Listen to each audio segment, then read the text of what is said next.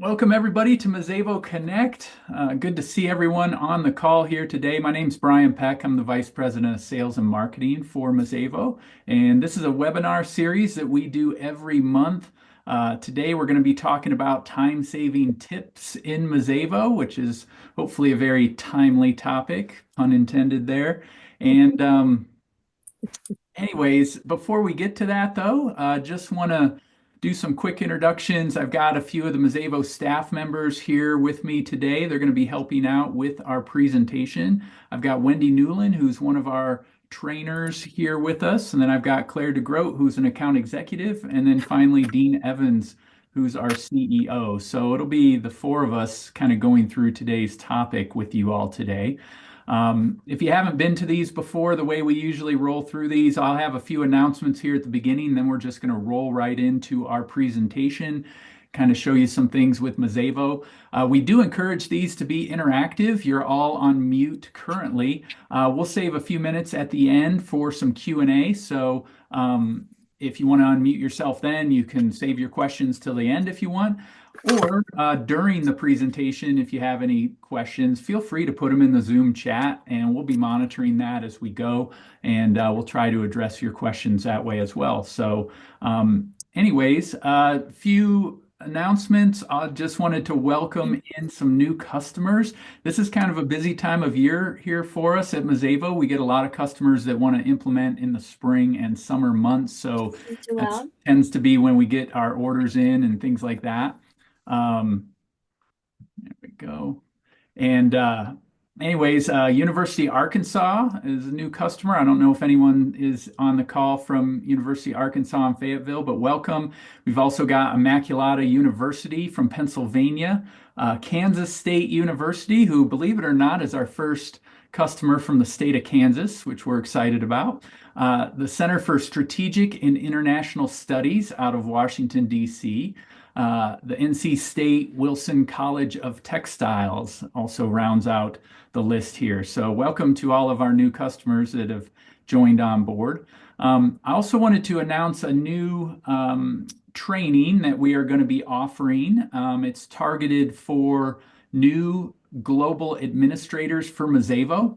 So if your organization is onboarding a new Mazévo global administrator and you want to bring them up to speed, we're going to offer a group training program here for them to kind of help uh, get them some of the basics in Mazévo and show them, all the basic things they should be keeping their eye on as a global administrator. This is really targeted for folks that have already implemented Mazévo in their organization, but they need to bring somebody up to speed as an administrator. So stay tuned for that. I'll be announcing that and putting some information out about that soon. Our first session is going to be in early June. So keep your eyes open for that there, but we're excited to be offering that. So yeah, so let's get into today's topic here, which is time-saving tips for Mazévo users. I know in speaking with several folks out there, it just feels like everybody's rushed and busy these days. Some of you have had staffing challenges trying to get people, either hired into positions that you have or you have a hiring freeze or something like that. So we really wanted to focus today's session on just making sure that you can get the most out of your Mazévo system. So we're going to take you through several Mazévo features that you may or may not be using to their fullest extent and just kind of show them to you. These are all relatively easy things for you to be taking advantage of if you're not already. So we just wanted to highlight those because they really can save you a lot of time and effort and just make you more efficient that way. So with that said, the way we're going to go through this, Claire's going to lead us off. She's going to go into the Mazévo event book. That is our number one most used tool. If you just, were to look at the Mazévo metrics, the thing that people are using, or the tool, I should say, that they're using the most in Mazévo is the book. And so there's a lot of little things that the book can do for you or ways that you can set it up to save you time. So we're going to start there and then we'll just kind of roll through things as we go. So with that said, I'll go ahead and turn it over to Claire and we'll get things started. Okay. Can you stop sharing? Yeah, I can definitely. There we go. Perfect. Yep. Okay, so I'm going to share my screen and I am in the event book. So let's take a look at it. You see all these different colors in the event book, and these are just the colors I've picked out. You can choose your own colors. So in my instance, the green are confirmed, the yellow is tentative, the orange is a request. You see this little pink bar underneath. This is a conflict. This is something that I've intentionally put in there. So some people may use that, some people may not, but that's just what that color is about there. So if I hover over any of these, then I get that little tooltip with more information.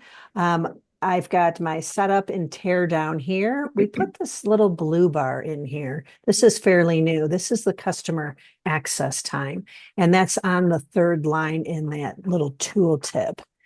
From here, I could take this and I could drag and drop it to another time, another room. I'm not going to do that, but that's something you could do. This little search bar up here, I don't know if people are using this. This is a real easy way to search for things. If you've got a bunch of things going on in a bunch of rooms, you can search on anything in this search bar. You could search on a room, on a status, on a contact or an organization, on the name of the event or a room type. So if I'm just looking for Brian's event, I can just start typing Brian and it's going to have my list go down to just Brian's events. So that's a real quick, easy feature that you have in there. Another thing you can do is you've got your rooms over here on the left. If you click on one of these rooms, it's going to give you more information. This may be helpful for you if you're looking for space. This just shows me the bookings for the day. So I can see that real quick. The next thing right here next to these rooms, these are the maximum capacity of the room. So you've got that there. You can see quickly how many people will fit in that room. And then I've got my building hours here in the gray. So I've got it there. And then I also have it over here. I don't know how many are using room tags.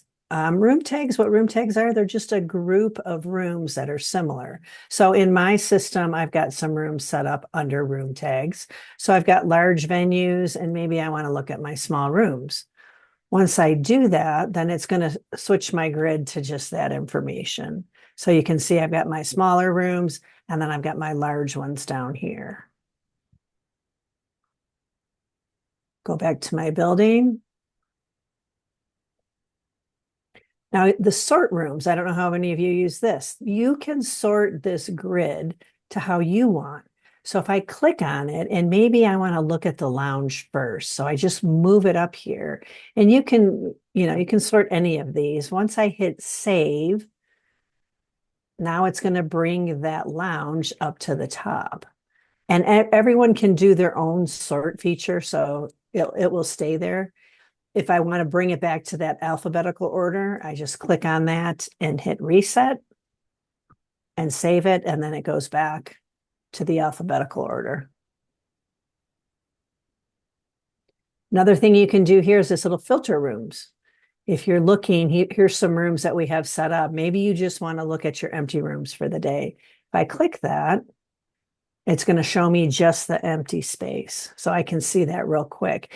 And I can click on any of these here if I double click, and I can start the event right from this window as well. To get out of that, I just do that. This is a new feature that we've put in. You're going to see this throughout the software. These are tips. So I just showed you a bunch of different things that you can do in this event book. But if you click the tips, it's going to show you this list here. And then you can go to the list and do anything that you want. So you don't have to worry about writing all that stuff down that I just said.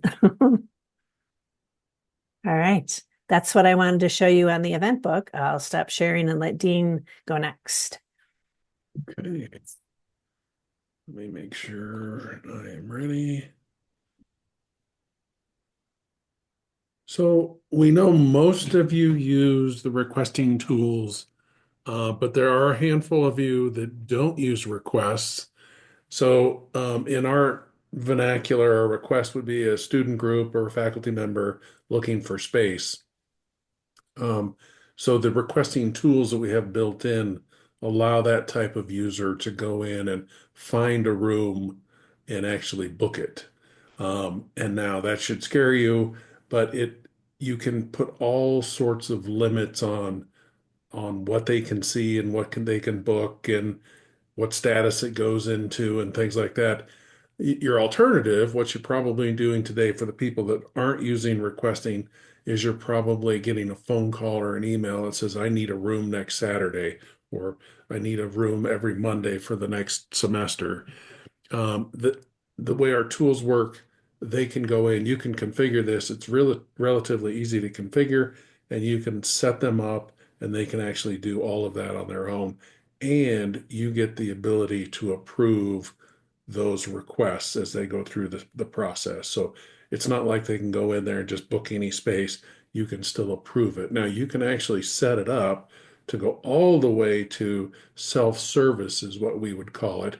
And we see that in study spaces and library spaces where people, they don't care. It's first come, first serve. Just let them book the space. And that comes with some other constraints. So the one thing I want to kind of point out here, I'm logged in here as a requester.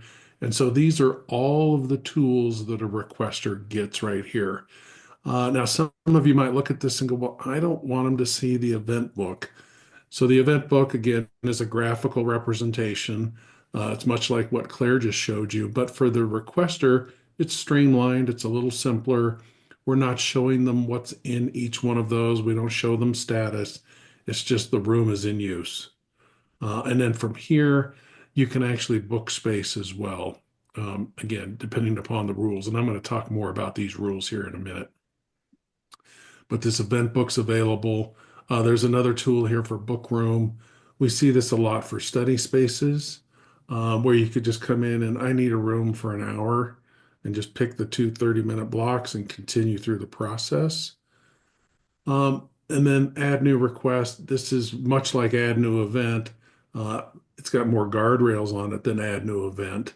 And it lets a requester go in and make up, well, I need a room every Monday for the next month, that kind of thing. So this is one way that you can set it up right here. And I've logged in as another user on this tab just to show you this is the same database and everything. This user is streamlined and only has add new request in my events. You're always going to get my events because if you're a view only requester, this would allow the user to go in and see their requests that they're the primary contact on. So you can streamline and configure what options are there. You can even take it further than that. If I go into add new request here, you'll notice on this one, I've got a billing code required. Whereas on this user, when they go into add new request, it's not going to show them the billing code. It's just asking for event type and organization. So you actually can turn on and off and configure this whole process based on these security policies that you have. So this billing code could be an optional field if you wanted to set it up that way. So let's kind of jump over to security policies. I guess my message is if you're still taking emails and phone calls for space, you really ought to look at using our requesting tools. Now, we've got some people out here that the vast majority of their new requests come in through this tool. So there's people that really use it heavily, and then there's some people that don't use it all. So this is really kind of geared to the people that don't use it. So we'd encourage you, and obviously we're here to help you set this up and configure it. So on this tab, I'm going to jump to security policies. This is how you control the configuration of what a user gets that's a requester.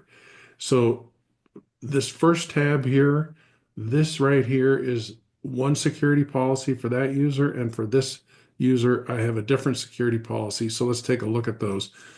That second one, the one that was in purple up there, is this streamline. So if I click on that, I just want to bring to your attention right here, options. This is how you configure the menu options is right here. So you can just simply check these, and the next time the user logs in, those options will be there. You also have the option to show billing code and force it to be required. You can give them an option to copy events if you want to. And you can also start limiting here the number of bookings that they can create on a single event. So that's at the policy level there. And then just to rest assured that you can control exactly which rooms and how they're booked through this security groups. And I'm not going to go into tremendous detail on this, but you've got meeting rooms. You can book 48 hours out up to 180 days. And then this self-service study space, you can only go out 7 days, and we're going to limit you to 120 minutes. So when you look at these individual policies, I won't go into all the details here, but you've got quotas that you can put in. You can turn on, if you're using room signage, you can make them check in, or you can have the system automatically no-show them if they don't check into the event. So there's tons of things you can do here that you may or may not be using on requesting. So I won't go into too much more than that. All you need to take away from that is it's highly, highly configurable. Um, in the last release, or a couple of releases ago, we introduced a new inquiry function. So for these requesters, you actually have to log in. And for the people that have external customers that aren't part of the university or part of your organization, they don't necessarily have a login to get in here. You can create them a login, but you may want to take it one step further, and it's kind of closer to your inquiry form that you may use today. You have the ability to turn on an inquiry form. It's a very simple form. This is what it looks like. There's not a lot of detail here. You are really in control of this message at the top of the inquiry form. And then these fields here are all pretty much required, but there's no validation on them. And there's a reason for that, because this is somebody external to your organization that's making a request for space, and it's really not going to make a request. It's just going to record it as what we call an inquiry, and then you can process that and look at it. And the idea is this is a lead. Somebody from outside your organization wants to use your space. So think you're probably going to rent the space to them. So there's money involved. So it's probably behoove you to pick up the phone or send them an email. Hey, what can we help you with? So we're just trying to get the basic information here. And it could be, it says it's required. It's not a date field. I can type in next Saturday if I want to here in the morning. So instead of trying to figure out how to ask that type of question, we just make this a free form text field. And then as you reach out and contact this customer or potential customer, you can kind of work through the details of that. So this does not block space, whereas the requesting tool actually would block the space for you. So anyway, that's all I've got on the requesting. If you have questions on that, we can follow up with that at the end here. So I'll stop sharing, turn it over to Brian, I think. All right. Thank you, Dean. All right. So the tips I'm going to talk about here are related to how do you keep everybody on the same page in your organization with all the stuff that you have going on. And these tips are going to apply whether you're an office of one, a scheduling office of one, where you kind of do everything, but you need to communicate certain things to other people in your organization, or whether you have a large scheduling office and you just need to make sure that you all know everything that you have happening and stuff like that. So let me go ahead and bring up my screen for you here. Okay.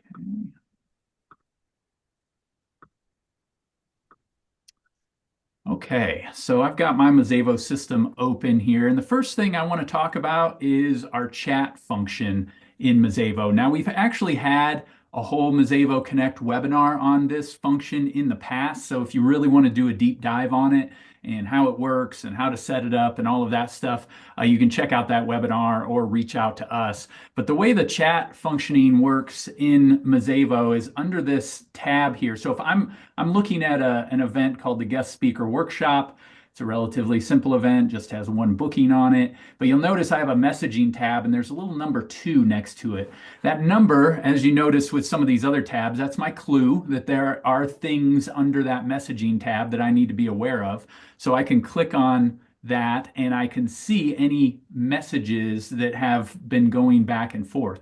Now, these may be messages that I have initiated to somebody else, or they may be messages that someone else on my team has been communicating with, a customer or somebody else on the events team or something like that. But the way this looks is right here, you can think of these two things as channels. So this is a channel between an event planner, which I'm in that role right now, and our primary contact for this event, Tom Jones. So you can see here that I've had some communication with Tom Jones this way. Tom put a message in. Tom, in the Mazévo world, Tom's a requester. He has a requester account. He submitted this request online, and then he came back in and he submitted a message into us that way. And so I can see his message here, and was my response. So everything is stored this way, and it just stays there as long as this event is in your Mazévo system. So you can always refer back to it, and you have a history of that communication this way. So I can see, what we talked about and all of that. I'll show you what it looks like from the requester's point of view here in a second as well. And then also there's been a message here between myself and then Chris Jones. Chris is actually someone else who's another event planner on my team here. And so I wanted to let him know, hey, we've got an earlier setup time for this event. So that's how I sent that here. And so this is just a communication between myself and Chris. But again, even though it's between me and Chris, anyone else who is able to pull up this event in Mazévo, they're going to see this chat that was going on in here this way. So it just kind of ties everything together. Because what we found was a lot of this stuff, if you're not using the chat, it's going on through email, right? And now it's just kind of in your email box. No one else has access to that. So this is a really nice way. That was the idea behind this is, we want to tie this, keep this with the event so that you have that complete history of any, communication that's been going back and forth. Now, the way that this looks, when a new chat message comes in, it's always going to appear here for you on your alert bell. And that's right now, I've got one new message that has come in that I haven't looked at yet in this case. So that's just letting me know, hey, there's a new message out there. We also have that in the day at a glance as well. It collects them in there. But this, if I click on that, and I think I actually looked at this earlier, so my apologies. But if I click on that, it's going to show me here's what the message is, and I can then just go right into the event if I want to reply to it or what have you that way. For the requesters, it also works similar, but it's slightly different with a requester. So I just changed tabs. Think of me, I'm now in the role of this fictional requester, Tom Jones here. So I'm in Tom's account, and these are all the requests that I've submitted for my events and things like that. We kind of assume that, the requester is not always going to be logged in here. They're probably just going to log in, put their request in, and then they're gone, right? So if you reply to a requester, they're going to get an email from you rather than having to come in here. You can see in Tom's case, he's got the alert bell too. So yeah, they can get their requests and see, any messages that have come in. So, you can see my response here and things like that. So great if they're logged in, but most likely they're not going to be logged in all that often. But if they are, it's going to show up there.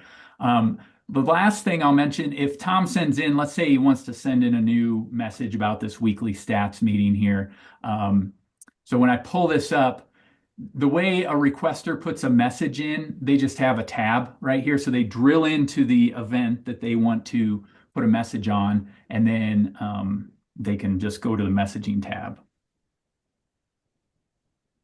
And they just enter their, whatever they're going to say to you, they just submit it that way. And then it goes in here, and it'll pop up on my little screen here in a second. There we go. So it puts it in, and now in basically real time, on the back end, you'll be notified that, hey, a new question or a message has come in from the requester that way. Now, when a requester puts in a message, I will mention that everybody who is an event planner in Mazévo is going to get notified about this.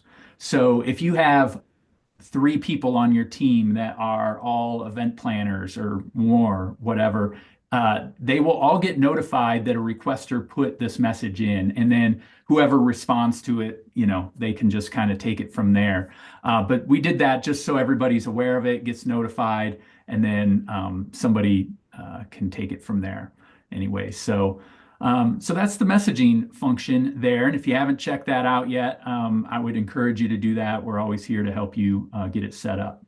So next thing I wanted to talk about was the built-in email functions. This is probably something most of you are aware of that exists already in Mazévo, but I do want to highlight it because it can be a really big time saver versus printing things out to give to your customer, or saving a document and then sending it through your Google or Outlook account or something like that. You can do all that right from Mazévo. So for instance, on this guest speaker workshop, let's say here I want to let them know, I want to send them a confirmation or something. We labeled it email right up here, so you probably know that's something I can just email to them. You go ahead and do that, and to send them the email of this document that's got all of their details on it, I just go ahead and I hit the send button right here. We allow you to compose a message to the customer right from here, and you can also have some predefined templates saved in here. So I've got one like a confirmation message, and I can drop that in. You can add attachments to this. So, maybe I want to let them know about some policies or something. I can upload the attachment, or you can even save a library of attachments in Mazévo. But whatever you do with these, when I hit send, that's when the email is actually going to go out. So I'll send this to Tom here. Mazévo will automatically keep a history of these emails for you, so it was sent out of the system that way. That way, if the customer's like, hey, I didn't get your email, you never sent it to me or whatever, you could actually look and see, did we actually send this to the customer that way. One thing you may not be fully aware of is under the email history here, there is a little history of, anytime we sent these out. Let me refresh that. So it shows up, there it is right there. And also this little green envelope. You may not have noticed, you can hover over this and that lets you know if it actually was delivered. We are going to keep track that the email was delivered. Now, it won't tell you if the email was opened or not. It can't tell you that, but it will tell you if it was delivered. And the reason that might be important is if you ever see this turned red, that's your little clue that you probably have the email address incorrect for them. So just a little hint with that to just track your emails. There's also a way here, if we go back to the main menu, there's an email history right here where I can see a history of all the emails that have gone out. And let's just see, in my case, I'm going to do quite a bit of history. We'll just do the whole month here. But I can see any emails that have been sent out of the system. And again, this might be a handy thing to look at every now and then, because I can see here if I have that red envelope, it's like, oh, we've got an issue. We sent out a invoice to somebody and it looks like I got this email address incorrect. So another time-saving thing, go through that, look at your email history now and then, see if you've got any bad sends in there or something like that. Might be something you could track down with that. So you can send the confirmation out of Mazévo directly. Those of you who are doing billing, the invoice works the exact same way, where you can send those directly out of the system. The one thing though with invoices, and you may not know this, if you're in a organization that does your invoices in batch, maybe you have a high volume of events that you charge for on a regular basis. Rather than going into Mazévo and running the invoice one by one, like as soon as the event's over, creating the invoice, sending out, Mazévo does allow you to do things in a batch process and email them all out to the customers at the same time. So let me show you how that works. You just go in and say, I want to run invoices. I'm going to say, show me anything between April 1st and today that has not been invoiced yet. So it's going to look for anything that has charges on it that still needs to have an invoice run. And I just hit the search right here, and it's going to pull up, and I'm going to get a whole list of events here that all have charges. So I'm seeing those charges over here.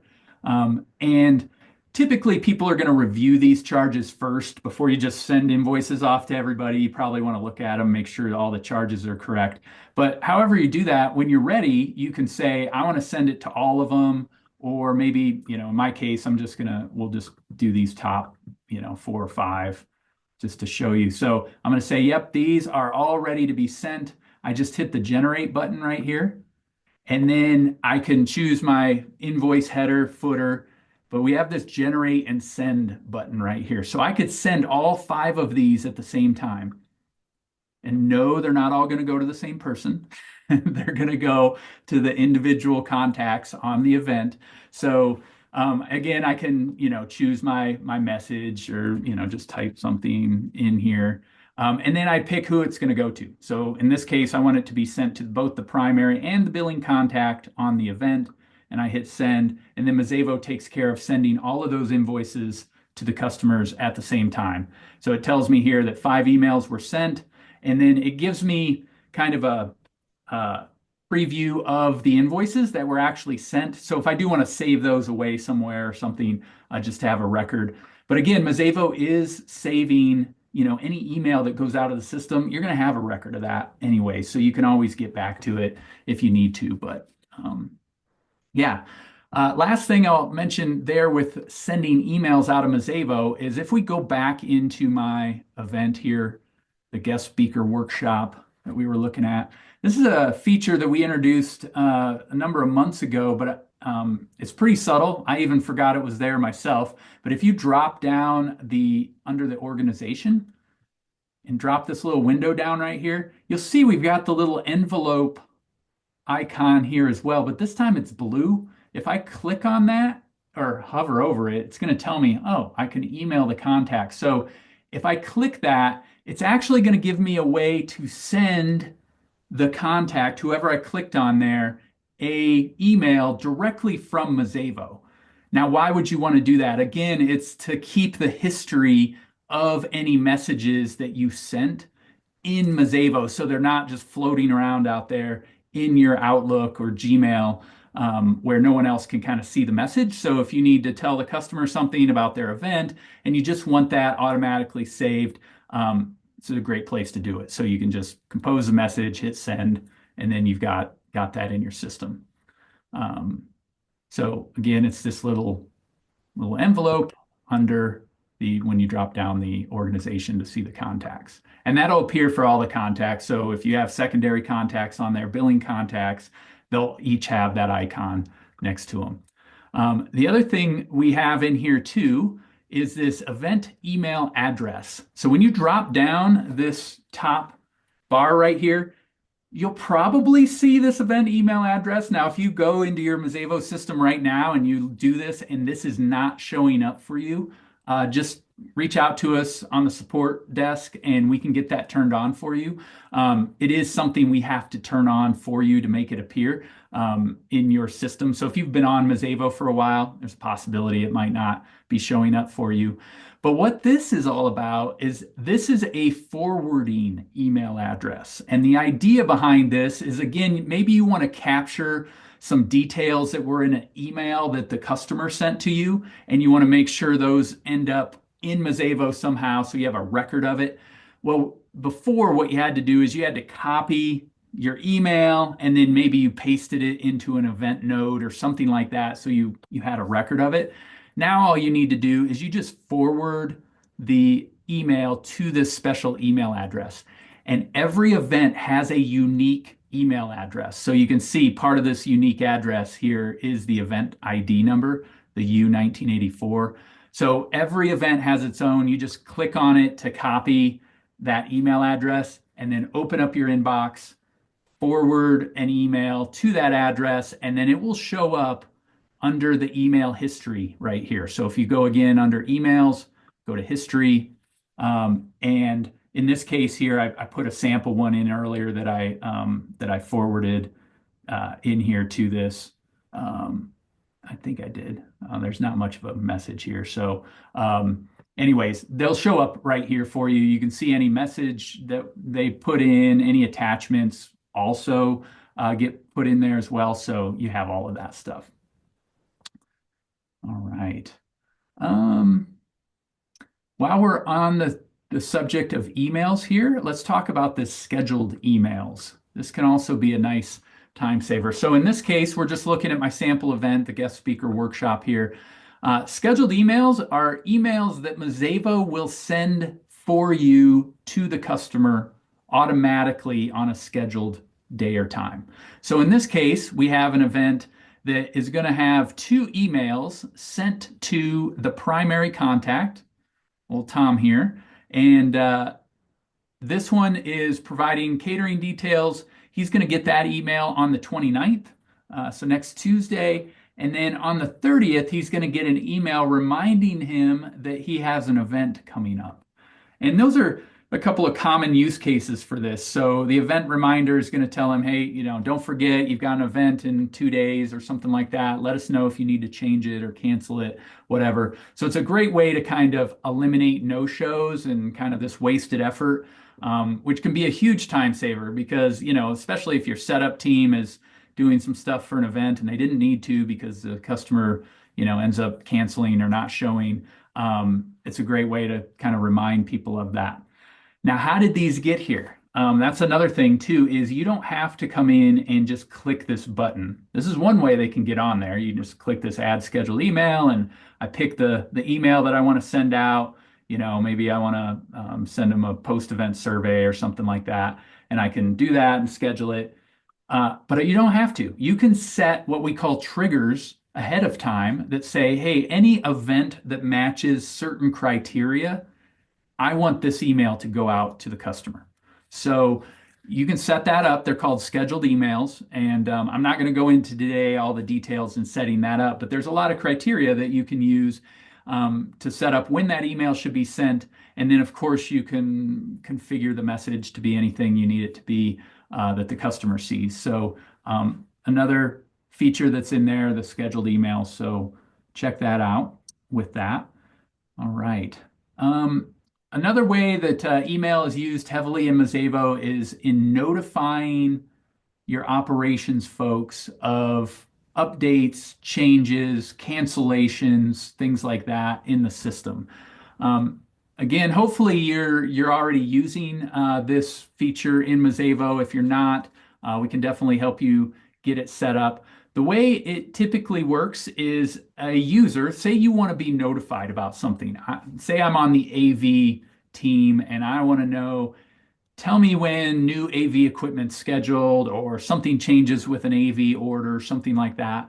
I can go up here next to my initials or my picture here. I've got a user menu and I just go to Profile and Preferences. And there I can check what my notifications are. And so in my case, I get notified about things to do with catering and facilities. If, I mentioned AV before, but if I wanted to be notified about that too, I could just check the box and now I can be notified there. And so what's going to happen is Mazévo is going to automatically send me an email when a new catering order comes in or an audiovisual order gets updated or something like that. And you can see there's other types of notifications they can receive depending on their role in Mazévo. If they're not somebody that can approve requests, they're not going to see this first one, right? So some of these may not apply depending on the user's role, but you've got the ability to be notified of new requests, notify me about events from other users. So this is typically if I'm a manager and I want to just kind of see what my team's up to, or maybe I just want to keep tabs on events as they're changing, things like that. I can get notified as events change for various reasons. Unread messages with this. So this would be your messaging function in here if I want to get notified about those. and then service providers, and then what approvals are needed here. So this is kind of like a nag message. If my job is to approve events in Mazévo, and maybe I don't always get to them right away, Mazévo is going to keep consistently sending me a message, hey, you need to approve this event, just to kind of keep me on my toes with that. So, but the thing I want to mention about this too is that you can now set this for other users. So this is something we introduced not too long ago. If you go into, actually an administrator, so I'm going to go into my user settings here and look at my list of users.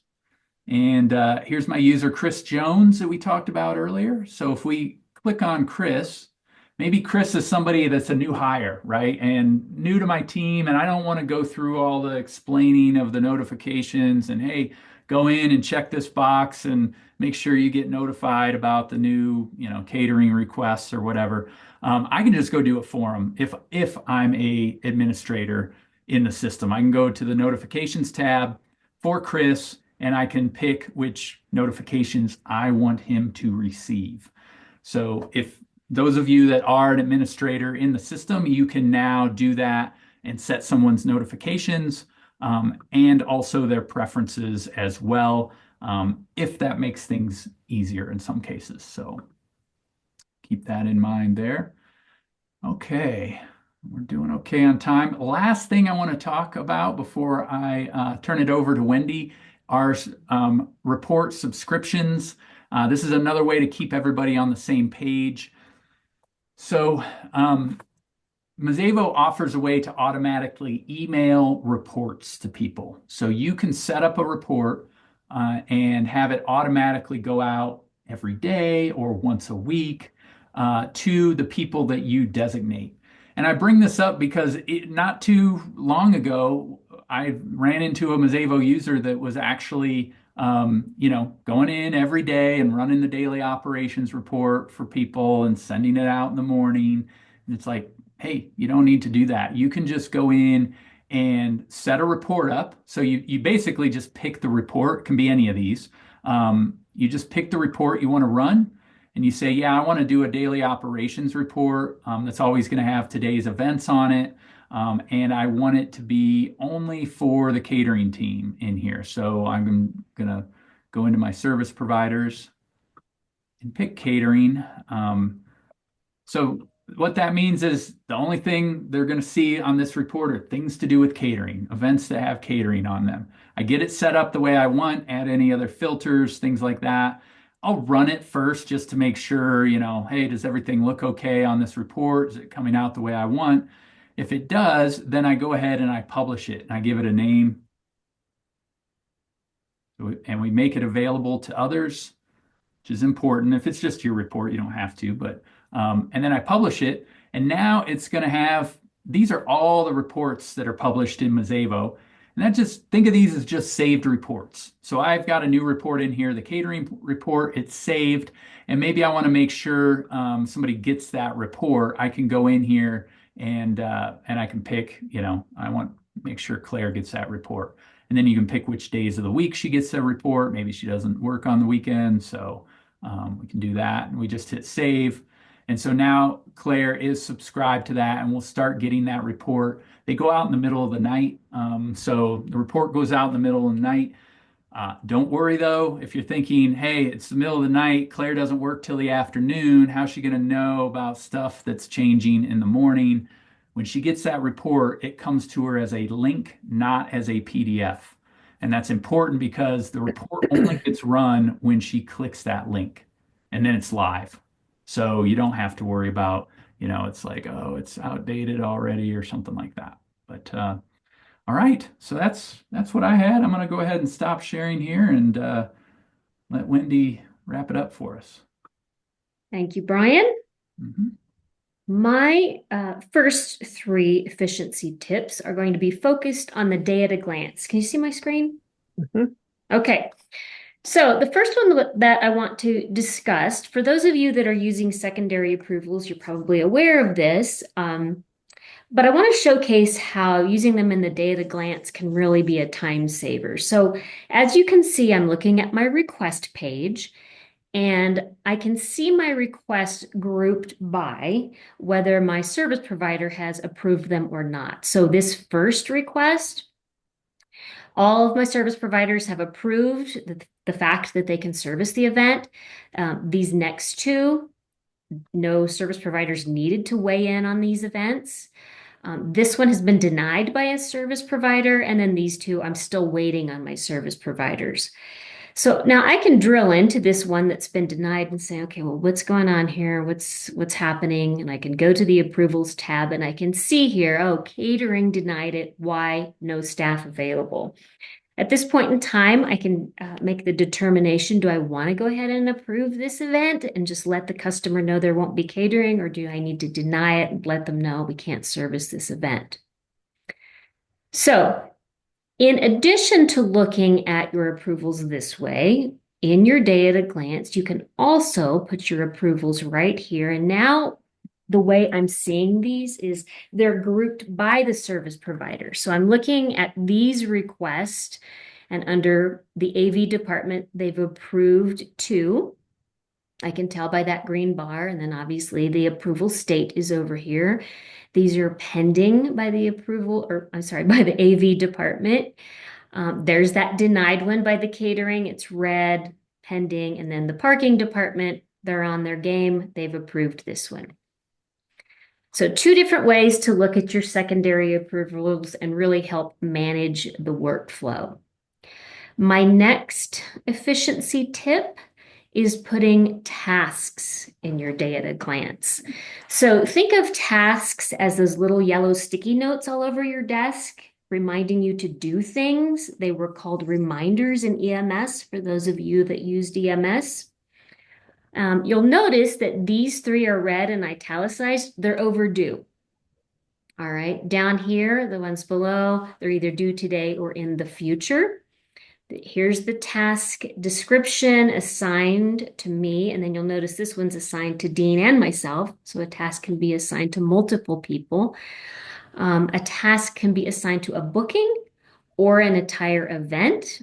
Here's the organization, the event name, the booking date, and then the status it's in. So I can drill in to a task and go to the task tab. Now from here, I can look at the task and I can complete it. I can change the date, put some notes on here. That's important. Or I can click the box to the left here and mark it completed, delete the task, or reassign it or add another user. Now keep in mind, all this is logged, it's audited. You can see any changes made over here on this little audit icon. But you can also multi-select your tasks, mark them as complete, delete them, or assign other users or reassign them. So take away those yellow sticky notes, use tasks, and put them in your day at a glance. The third tip that I want to show you in your day at a glance is, as Brian showed you, you could memorize or publish reports, and you can save find events views. For those of you that have been doing that, if you run those things frequently, you may want to consider putting them in your day at a glance. So I've got these 5, I've got 3 find events here and 2 reports that are my favorites. I run them a lot. How did I get them? Put there, if you just go to your settings, click on your favorite views, you can add those published reports here, or find events here, those saved find events, and your published reports. You can select which ones you want in your day at a glance here. Okay. When you do that, you can come to your day at a glance, log in the morning, and quickly run the report right from your day at a glance. Okay, now Another favorite of mine that is not in the day at a glance, attachments. I've heard from a lot of you that you routinely send documents with your confirmations, policies, procedures, you know, contracts, whatever the case may be. You may want to think about uploading those attachments here under the events to this attachments area. And they can be spreadsheets, Word documents, PDFs, images. I've just uploaded 3 here. Here's where they come into play and where it's really handy. So if I open an event and then I go to email the confirmation,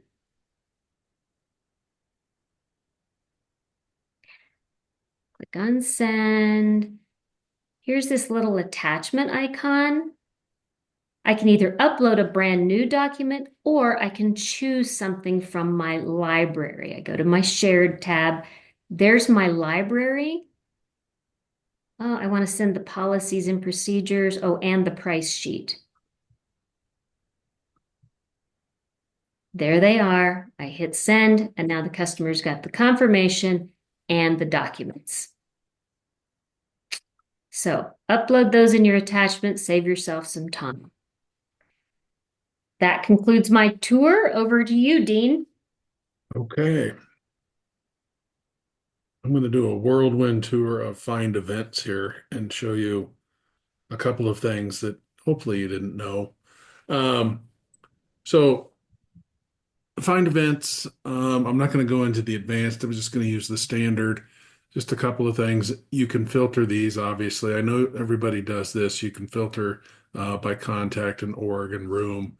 But I'm just going to leave it at all events. I'm going to do the next 7 days and just kind of show you some things that you can do here. First, all of these are sortable. So you can click on the column heading here, sorted ascending or descending, and it doesn't matter what column you click on. By default, it's going to put it in date, start time, order, is what it's really going to do there. The other thing you can do here is you can actually filter this. This is something that I like because I'm a bad typer and I can just start typing. So if I type in Claire, this is all of Claire's events. If I type in tentative, it's going to bring up, well, in this case, it was tennis courts. But if I type in a status, it'll filter down to a status. So you can actually use this rather than hunting and pecking through here. Well, I'm looking for something, for the basket weavers. I'd almost say go here and then use this filtering to quickly get to it. So whatever you filter for here, when you export it, it's going to give you the exported view of that. Something I think some people don't know about this, but if I ran it for 7 days, if I hit this forward arrow, it's going to go to the next 7 days.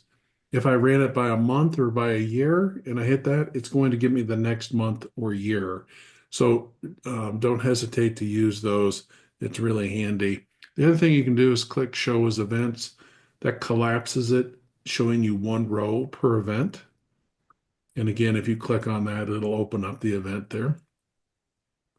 Another thing you can do is you can say, I want to group this, and maybe you want to group it by room. And so just another view here, it'll group everything by room or whatever you grouped by. And you can also add additional columns to this output here. And this is just the standard. So if you wanted to see an event type and a setup style and a setup time, I'll just pick those and add those in. And then right here are all of those columns that you just picked. So with that, I'll just kind of stop. We're running out of time. I just wanted to kind of give you that quick little show and tell. Don't be afraid to click on things in here. You cannot hurt anything in here. It's view only, so it's not gonna break anything. So with that, I'll turn it back over to Brian. We'll wrap it up. Yeah. Thanks, Dean. Okay, well, I hope everybody learned something today and grabbed a useful tip or two from this. I will just open it up. Does anybody have any last questions? I saw there were a couple of questions coming in. We tried to answer those in the chat there. So, but does anybody have anything else before we sign off here? All right, I'm not seeing anything. So thank you all for your time. I hope this was helpful. We will be doing this again next month. I don't know yet what the topic's going to be, but you will find out here very shortly. So thank you everybody for your participation today, and we're glad you all could make it. Thanks a lot. Thank you.